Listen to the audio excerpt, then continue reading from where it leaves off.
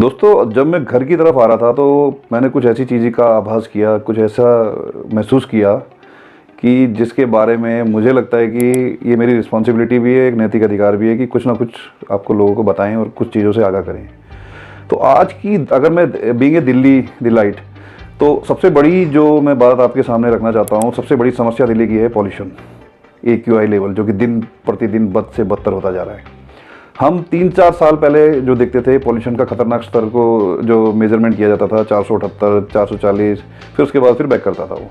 लेकिन अगर आज के दौर की बात करें तो 1000 तक टच किया है AQI लेवल। तो आज का मेरे को एग्जैक्ट पता नहीं है, लेकिन बाहर का मौसम के हालात देखते हुए मतलब सांस लेना मुश्किल है, ट्रैफिक में निकलो तो बद से बदतर हालात हैं, तो मतलब बहुत ही मुश्किल हो जाता है। तो आज हम इसके बारे में केस स्टडी करेंगे कि क्या है AQI और दिल्ली की ये पॉल्यूशन की समस्या किस कारण होती है और इसको हम कैसे कम कर सकते हैं। तो आज के टॉपिक के माध्यम से मैं आपको ये सब बताऊंगा। तो नमस्कार दोस्तों, मेरा नाम है संजय। चलिए टॉपिक शुरू करते हैं। चलिए सबसे पहले AQI का मतलब समझ लेते हैं। AQI का मतलब ये होता है एयर क्वालिटी इंडेक्स। इसमें होता क्या है कि जैसे कि एयर की जो भी क्वालिटी है, जैसे बद से बदतर है, पुअर है या ठीक है या फिर अब ऑन एवरेज है, तो ये इसके मेजरमेंट के लिए काम आती है। इसके 2 पैरामीटर होते हैं, उसके बारे में मैं आपको बताता हूँ। जो 2 पैरामीटर होते हैं जैसे PM2.5 और PM10। तो बेसिकली मैं आपको सबसे पहले बताना चाहता हूँ कि PM का मतलब क्या होता है, पार्टिकुलेट मीटर। तो इससे क्या होता है, अगर ये खतरनाक स्तर पे पहुंचता है तो इसका एक पैरामीटर सेट किया जाता है कि बढ़ने की अवस्था में हमारे लंग्स और हार्ट में बहुत बुरा असर पड़ता है, मतलब कि इंसान की जान भी जा सकती है। तो अगर हम 1000 की बात करें तो वो तो बहुत ही खतरनाक स्केल है। गवर्नमेंट भी कई बार इसके लिए तैयारियां करती है। हम नॉर्मली पिछले कई वर्षों से देख रहे हैं और इस साल तो कुछ ज़्यादा ही है। विंटर के सीजन में ये सबसे ज़्यादा बढ़ जाता है, एक खतरनाक स्तर पे पहुंच जाता है। तो आज के टॉपिक के माध्यम से मैं आपको कुछ चीज़ें ऐसी बताऊंगा जिससे कि हम इसके कारण क्या होते हैं और इससे हम कैसे निकल पाएंगे, इसके निवारण के क्या क्या तरीके हैं, इसके बारे में हम चर्चा करेंगे। दोस्तों, ये सब बताने से पहले मैं आपको एक चीज़ बताता हूँ कि किस तरीके से हमारे लिए जहरीला है। अगर एक इंसान दिल्ली में रहता है, वो विदाउट एनी स्मोकिंग के भी 50 सिगरेट का सेवन कर रहा है, स्मोकिंग कर रहा है, आप खुद लगा लो कि क्या हालत होने वाली है तुम्हारी सेहत की, तुम्हारी लंग्स की क्या हालत होने वाली है। ये बहुत ही ज़्यादा चिंता का विषय है। जब पॉल्यूशन की बात आती है तो सबसे पहले लोगों का ध्यान होता है जो ट्रैफिक वगैरह जो ट्रांसपोर्ट के साधन होते हैं। हमें गवर्नमेंट के साथ मिलकर कुछ ऐसे कदम उठाने चाहिए जिससे कि ये कम हो पाए, क्योंकि जो भी इसके एग्जॉस्ट से जो धुआं निकलता है, जो ब्लैक कार्बन वाला धुआं निकलता है, वो बहुत ही ज़्यादा पॉल्यूशन करता है।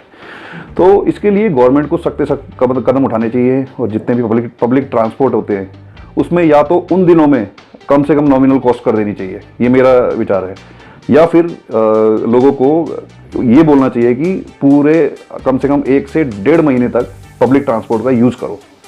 तो ये अगर गवर्नमेंट आजमाए तो काफ़ी अच्छा, इसको पॉल्यूशन को कम करने के लिए काफ़ी कारगर साबित हो सकता है। तो इसमें अगर सेकंड पॉइंट की मैं बात करूं तो सेकंड पॉइंट है कंस्ट्रक्शन वर्क। आप जानते हो कि जो ये कंस्ट्रक्शन वर्क होता है इसमें कितना डस्ट वगैरह उड़ता है, जो कि पॉल्यूशन का बहुत बड़ा कारण माना जाता है। अभी मैं आपको रिसेंटली एक बात बताता हूँ कि मैं अभी DLF की तरफ से जा रहा था, तो बड़े बड़े बिल्डर है, कई नामी बिल्डर है, तो इसमें इवन DLF खुद भी शामिल है। तो उन्होंने कंस्ट्रक्शन वर्क को बंद कर रखा है। तो ये बहुत ही अच्छा कदम है, गवर्नमेंट को इस कदम को बढ़ाना चाहिए। लेकिन फिर भी मैंने कई बार नोटिस किया है कि गली कूचों में जो बिल्डर होते हैं, छोटे मोटे बिल्डर होते हैं, अभी भी वो पर्दे के पीछे से कंस्ट्रक्शन वर्क को कंटिन्यू कर रहे हैं, जो कि गलत है। एक ह्यूमैनिटी के नाते उस बिल्डर को भी खुद भी ये समझना चाहिए और गवर्नमेंट को भी कड़े से कड़े कदम उठाने चाहिए और छापा मारना चाहिए ऐसे बिल्डरों के खिलाफ। तो ये था सेकेंड मेरा व्यू कि इस तरीके से हम पॉल्यूशन को कम कर सकते हैं। थर्ड है ओपन में पराली का जलना।